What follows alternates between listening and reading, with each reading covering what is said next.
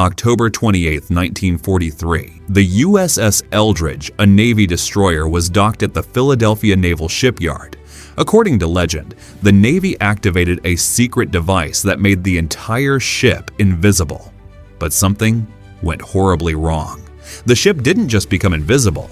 It teleported 200 miles away to Norfolk, Virginia, then back to Philadelphia in seconds.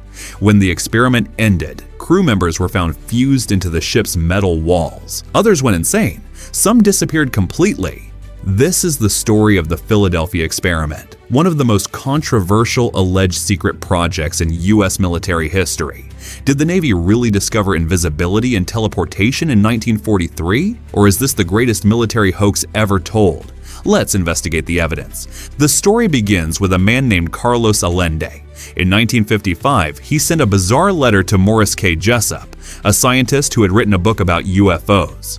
Allende claimed he witnessed something impossible in 1943. He said he was serving on a merchant ship called the SS Andrew Forsyth when he saw the USS Eldridge become invisible during a secret Navy experiment. According to Allende, the experiment was based on Einstein's unified field theory, an attempt to unify gravity and electromagnetism. Allende's letter described the experiment in disturbing detail. He claimed the Navy installed massive electromagnetic generators on the USS Eldridge. When activated, these generators created an intense electromagnetic field around the ship. The field was so powerful that it bent light around the vessel, making it invisible to radar and the human eye.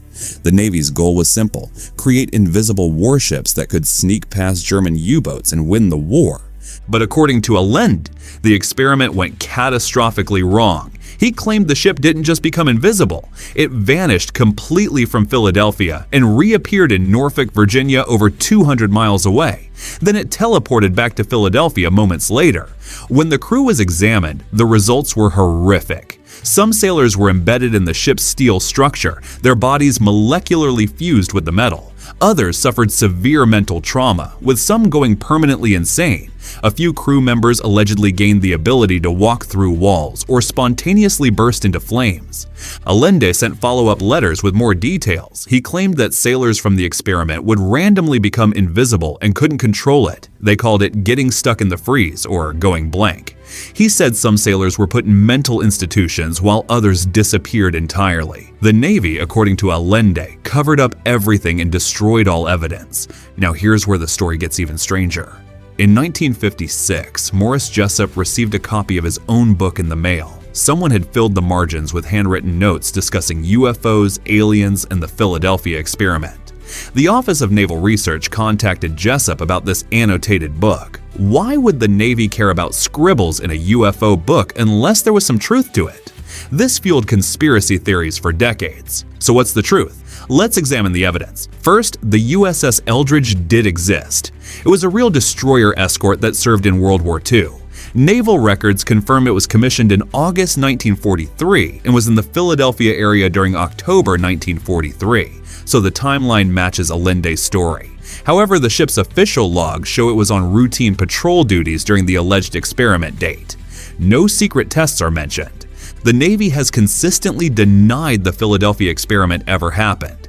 In 1996, the Office of Naval Research released an official statement calling the entire story a hoax. They explained that no experiments involving invisibility or teleportation were conducted on any Navy vessel. They also pointed out that Einstein's unified field theory was never completed, so it couldn't have been used for anything.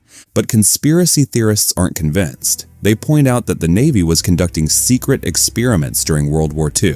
One confirmed project was degaussing, using electromagnetic fields to make ships invisible to magnetic mines. This is a real technology that the Navy used extensively. Could the Philadelphia experiment have been an extreme version of degaussing that went wrong? There's also Project Rainbow, a declassified Navy program that aimed to make ships invisible to radar. This project did exist, though details remain classified. Could Project Rainbow and the Philadelphia experiment be the same thing? Some researchers think Allende witnessed a degaussing or radar invisibility test, and his imagination turned it into something more dramatic. Now let's talk about Carlos Allende himself. Investigators tracked him down in the 1960s. His real name was Carl Allen, and he had a history of mental illness and making up stories. When interviewed, his accounts of the experience were inconsistent and changed multiple times. He admitted to exaggerating parts of the story, but insisted the core events were real. Later, he completely recanted, saying he made everything up. Then he recanted his recantment. The guy was clearly unreliable. Multiple crew members who served on the USS Eldridge during 1943 have been interviewed over the years. Not a single one remembers anything unusual happening. They all describe routine convoy escort duties. No invisibility experiments, no teleportation, no crew members fused into walls. Just boring naval operations. So what's the verdict on the Philadelphia experiment? All credible evidence points to this being a hoax created by an unstable man with a vivid imagination. The Navy has denied it. Crew members remember nothing unusual, and the science doesn't work. But here's why the story persists. The Navy was conducting secret experiments during the war. Some of these projects remain classified to this day. We know they tested electromagnetic technology on ships. Could there be a kernel of truth buried in Allende's wild claims? Probably not. But the Philadelphia experiment remains one of the most fascinating military legends in American history. What do you think? Hoax or cover-up? Let me know in the comments. If you enjoyed this deep dive, hit that subscribe button for more World War II mysteries. Thanks for watching.